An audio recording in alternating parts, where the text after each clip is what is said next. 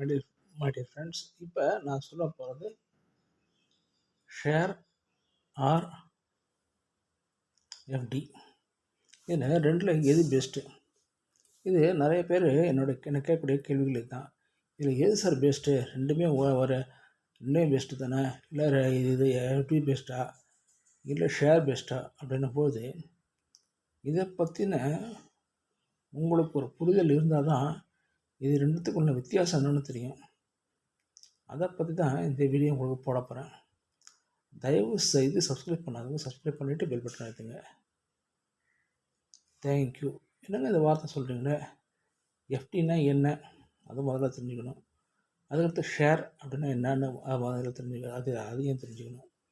இப்போ இந்த ஷேர் அப்படின்னா என்ன அப்படின்னாக்கா, பங்குதாரர் ஒரு கம்பெனியில் நீங்கள் ஒரு ஓனர், ஒரே ஒரு ஷேர் வாங்கினாலும் ₹1 கொடுத்து வாங்கினாலும் சரி, ₹1,00,000 கொடுத்து வாங்கினாலும் நீங்கள் ஒரு பார்ட்னர், நீங்கள் அந்த கம்பெனியோட ஒரு ஓனராக மாறிடுறீங்க. இதுதான் ஷேர். ஆனால் எப்படின்னாக்க அப்படி கிடையாது. நீங்கள் ஒரு சாதாரணமான ஒரு பர்சன், நீங்கள் அதில் ஜாயின் பண்ணியிருக்கீங்க.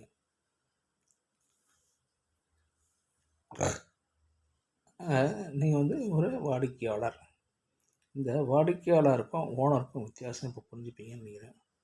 இந்த ஓனராக இருக்கிறவன் லாப நஷ்டத்தில் பங்கு உண்டு. ஆனால் இந்த வாடிக்கையாளருக்கு லாப நஷ்டத்தில் பங்கு கிடையாது. இது முதல்ல நல்லா புரிஞ்சுக்கணும். இப்போ நீங்கள் ஷேரில் ஒரு 5 லட்ச ரூபாய்க்கு வாங்குறீங்க. அதாவது ஒரு ஷேர் ₹100 அப்படின்னு நான் கடை வைக்கிறேனே, 10 ஷேர் 1000, ஒரு ஷேர் 11னா 10,000, கிட்டத்தட்ட ஒரு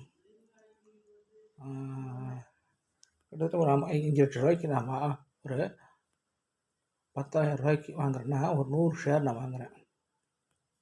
அந்த 100 ஷேரில் ₹1 ஏறினாலும் எனக்கு ₹100 லாபம் கிடைக்கும் ஷேரில். புரியுதுங்களா? அதோடு நான் விற்றுட்டு வெளியில் வந்துடலாம். அது ஒரு நாள்லேயோ இல்லை ஒரு வாரத்துக்குள்ளேயோ அதை விற்றுட்டு வெளியே வந்துடலாம், எனக்கு ஈஸி. ஆனால் அந்த ₹100 ₹99 ₹98 வந்தனால் உங்களுக்கு ₹100 அல்லது ₹200 லாஸ் ஆகும். அதை விற்கவும் முடியாது. விற்றீங்கனாலும் உங்களுக்கு ஒரு ஷேர் ₹99 இல்லை ₹98 தான் இருக்கும்போது உங்களுக்கு லாபம் ₹60, லாஸ் அதிகமாக வரும் ஆட்டம். அதாவது இந்த ஷேரு அதோடைய எந்த இடத்துல இருக்குது அப்படின்னாக்க, அது பீக்கில் இருக்குதா இல்லை டவுனில் இருக்குதா அப்படின்னு நீங்கள் அதை பற்றி ஒரு புரிதல் உங்களுக்கு இருக்கணும். அப்படி புரிதல் இருந்தால் மட்டும்தான் இந்த ஷேரில் நீங்கள் வெற்றி பெற முடியும். அதை விட்டுட்டு அவன் போட்டிருக்கானே நான் போட்டால் என்ன அப்படின்ற ஒரு எண்ணத்தில் நீங்கள் போட்டிங்கன்னா, வீக்கில் இருக்கும்போது வாங்கிட்டு டவுன் ஆகும்போது ஐயோ என் பணம் ₹200 போயிடுச்சு, ₹500 போயிடுச்சு, ₹1000 போயிடுச்சு அப்படின்னு சொல்லிட்டு உங்களுடைய மனசு பதைக்கும் போது அதை சரி பரவாயில்ல விற்றுருவோம்னு சொல்லிட்டு விற்றுட்டிங்கன்னா, அது திரும்பி மேலே ஏறும்போது லாஸ் உங்களுக்கு ஐயோ ஷேர்னாலே லாஸ் அப்படின்ற ஒரு இமேஜை உருவாக்கிடும். அதனால் ஷேர்னால் என்னன்னு உங்களுக்கு புரிஞ்சுக்கணும். அதுக்காக இந்த டீட்டெயில் சொல்கிறேன். ஆனால் இந்த எஃப்டி அப்படி கிடையாது. நீங்கள் அந்த ₹10,000 50 பைசே 100 ₹100 50 பைசா அப்படின்னாக்கா 1000க்கு ₹5, ₹50 உங்களுக்கு ₹10,000 உங்களுக்கு கிடைக்கும். அதாவது ஒரு மாதத்துக்கு ₹50 தேவையா, ஒரே நாளில் ₹100 ₹200 லாபங்க பார்க்கறதுக்கு தேவையா அப்படின்றது தீர்மானிப்பது நீங்கள் தானே, தவிர நான் இல்லை. இது நீங்கள் நல்லா புரிஞ்சுக்கிட்டீங்கன்னா தான் எது பெஸ்ட்டு. ஏன்னா லாபம் எந்த அளவுக்கு இருக்குதோ அதே அளவுக்கு லாஸ் இருக்கும். எனக்கு லாஸே தேவையில்லை, லாபம் மட்டுமே போகிறோன்னா கம்மியான அமௌண்ட்டு தான் வரும்.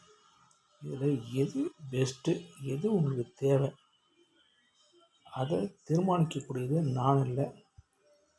இந்த மாதிரி ஒரு சிலர் சொல்லுவாங்க, சார் எஃப்டிலே போடாதீங்க, ஷேரில் போட்டுருங்க, நல்லா லாபம் கிடைக்குமாங்க. அவசரப்பட்டு போட்டு வீக்கில் போய் உங்கள் லாஸ் ஆகி இவ்வளோ ரூபா நான் லாஸ் பண்ணிட்டேன் அப்படின்னு தயவு செஞ்சு சொல்லாதீங்க. அப்படிங்களா? நீங்களுடைய தனிப்பட்ட கருத்துக்களை தவிர இது உங்களுடைய எஜுகேஷன் பர்பஸ் தான். Thank you tears. இது பிடிச்சிருந்தா லைக் பண்ணுங்கள், கமெண்ட் பண்ணுங்கள், தயவு செய்து சப்ஸ்கிரைப் பண்ணிவிட்டு பில் பட்டன் ஏற்றுங்க. தேங்க்யூ.